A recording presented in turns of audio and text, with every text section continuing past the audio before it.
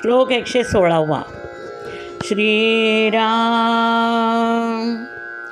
बहुशापिता कष्टलांबऋषी, तयाचे स्वये श्रीहरी जन्मसोशी. दिला क्षीर सिंधू तया उपमानी, नुपेक्षी कदा देव भक्ताभिमानी. श्रीराम.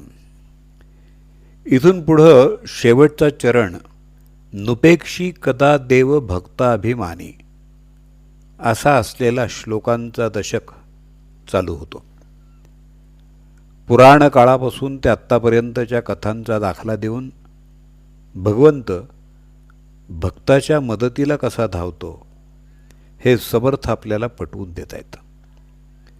प्रभू रामचंद्र हे केवळ दशरथ पुत्र किंवा अयोध्येचे राजे म्हणून त्यांच्याकडे पाहू नका, तर ते भक्तांचं रक्षण करणारे, भक्तांच्या हाकेला धावून जाणारं परब्रह्म परमात्मा रूप आहे असं समर्थ आपल्याला सांगतायत.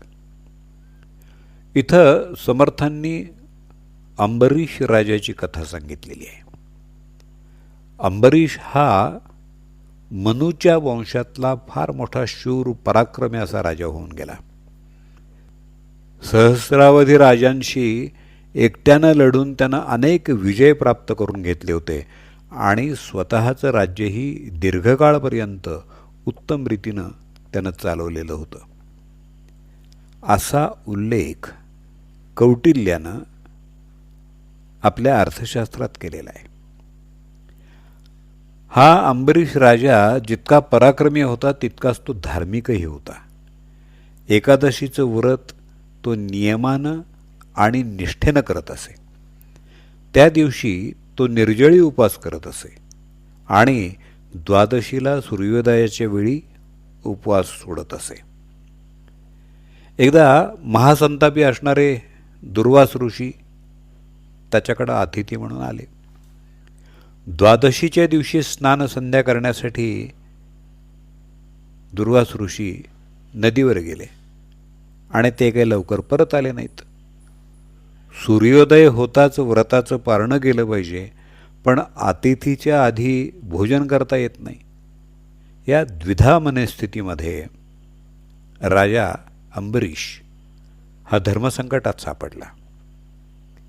विष्णूच्या अभिषेकाचं तीर्थ प्राशन करून त्यांना आपल्या व्रताची सांगता केली आणि ही गोष्ट जेव्हा दुर्वास ऋषींना समजली तेव्हा ते प्रचंड क्रोधित झाले. त्यांनी स्वतःच्या जटेतून एक कृत्या निर्माण केली आणि ती अंबरीश यावर सोडली. आपल्या भक्ताला वाचवण्यासाठी भगवंताने ऋषींवर सुदर्शन चक्र सोडलं आणि त्या सुदर्शन चक्रापासून वाचण्यासाठी दुर्वास ऋषी ब्रह्मलोक, कैलास, वैकुंठ सगळीकडे लपले, पण काही उपयोग झाला नाही. शेवटी अंबरीश राजाला शरण जाण्याचा सल्ला महर्षी नारदांनी दुर्वास ऋषींना दिला आणि त्याप्रमाणे अंबरीश राजाला शरण गेल्यावर अंबरीशानं सुदर्शन चक्राला नमस्कार करून ते परतवून लावलं. भागवत ग्रंथामध्ये अंबरीशाची अजून एक कथा आली आहे. सुरुवातीचं वर्णन तसंच आहे, फक्त अंबरीशानं उपास सोडल्याचं कळताच दुर्वासाने तुला मनुष्य आणि पशु योनीत 10 जन्म घ्यावे लागतील असा शाप दिला. अंबरीशाचा तो शेवटचा जन्म होता. तेव्हा विष्णूंनी दुर्वासांना तो शाप स्वतःच्या भक्ताला म्हणजे अंबरीशाला न देता मलाच द्या असं सांगितलं. अशा तऱ्हेनं विष्णूंनी तो शाप स्वतःकडे घेतला आणि मग पुढं मत्स्य, वराह, कूर्म वगैरे दशावतार त्यांनी घेतले. दुसरा चरण पाहता समर्थांना दुसरी कथा अपेक्षित आहे असं वाटतं.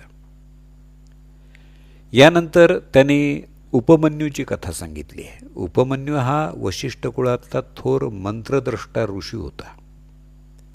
उपमन्यूच्या घरची खूप गरिबी असल्यामुळं त्याची आई त्याला पाण्यात पीठ कालवून दूध म्हणून देत असे. एकदा यज्ञासाठी तो मामाबरोबर गेला असताना त्याला गाईचं धारोष्ण दूध प्यायला मिळालं. दुसऱ्या दिवशी जेव्हा आईनं पीठ कालवून दूध म्हणून दिलं तेव्हा खऱ्या दुधाची चव कळल्यामुळं हे दूध प्यायला त्यानं नकार दिला. खऱ्या दुधासाठी तो आक्रोश करू लागला.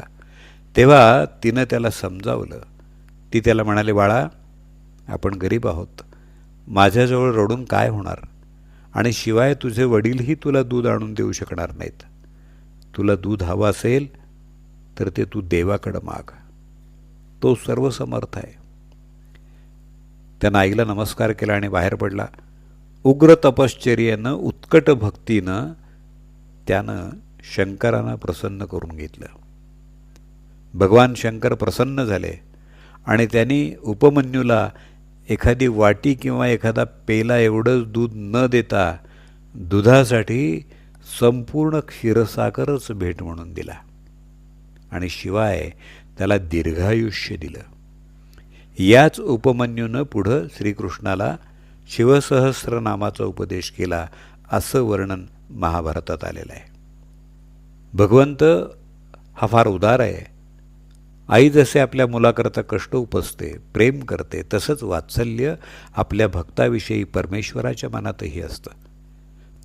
तुम्ही जर अंतःकरणपूर्वक भक्ती केली आणि तो प्रसन्न झाला तर देव भक्तांच्या मागंपुढं राहून त्यांचा निश्चित सांभाळ करतो. तेव्हा अनंत हस्ते कमलावराने, देता किती घेशील दोकराने, अशी माणसाची स्थिती होते. त्यासाठी तुम्ही भक्ती मार्गाला लागा. देव आपल्या भक्तांची कधीही उपेक्षा करत नाही असं श्री समर्थ आपल्याला सांगतात. जय जय रघुवीर समर्थ. बहुशापिता कष्टला अंबरुषी, तयाचे स्वये श्रीहरी जन्मसोषी.